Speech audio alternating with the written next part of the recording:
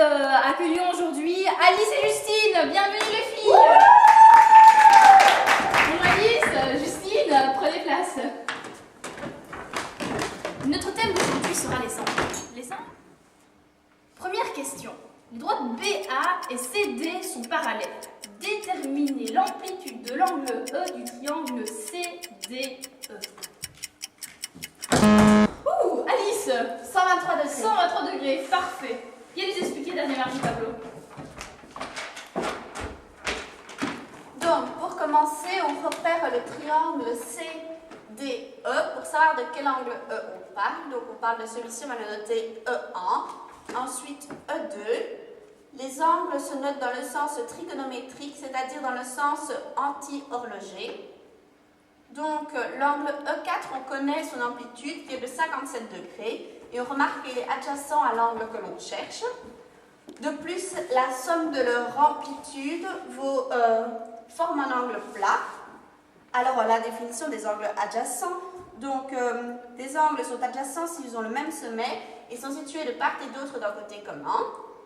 Donc, 180 degrés moins 57 degrés est égal à l'amplitude de l'angle E1. Donc, 180 moins 57 degrés égale 123 degrés. Très bien Alice, merci.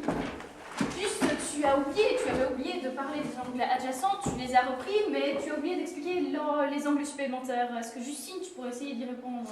Oui, bien sûr. Des angles supplémentaires si la somme de leur amplitude vaut 180 degrés. Oui, bien. Donc les points vont être partagés. Tu as fait le plus gros travail, tu remportes 3 points. Et Justine, pour la définition, la belle définition, tu remportes 2 points. Deuxième question. Justifiez que l'amplitude de l'angle B1 est égale à l'amplitude de l'angle D1. Ouh, oui, Justine. Donc, les deux angles sont correspondants. Correspondant, oui, exactement. Oui, viens nous expliquer ta démarche du tableau. Donc, l'angle DA et l'angle BA sont correspondants car ils sont situés du même côté de la séquence BD, l'un à l'intérieur, l'autre à l'extérieur des parallèles BA et CD. Ils ont même amplitude car ils sont compris entre deux droites parallèles et c'est ce que je vais montrer par une petite expérience.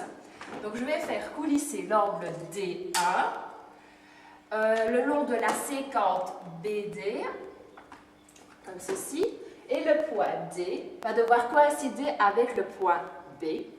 On dit alors qu'on translate l'angle D1 par la translation D sur B.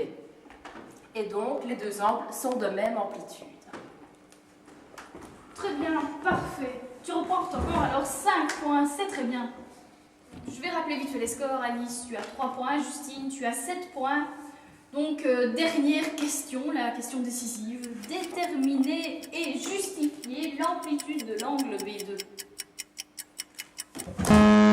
Oh, Alice, 33 degrés. 33 degrés, très bien. Viens nous expliquer ça. Donc, on remarque que l'angle B2 se situe dans le triangle BCE, rectangle en C, grâce à la notation. Donc, on sait que C vaut 90 degrés. Ensuite, on peut trouver l'amplitude de l'angle E2, car il est opposé par le sommet à l'angle E4, car leurs côtés sont dans le prolongement l'un de l'autre. Donc, E2 vaut aussi 57 degrés. On sait que la somme des amplitudes des angles d'un triangle vaut 180 degrés. Donc 180 moins 90 degrés moins 57 degrés vaut 33 degrés.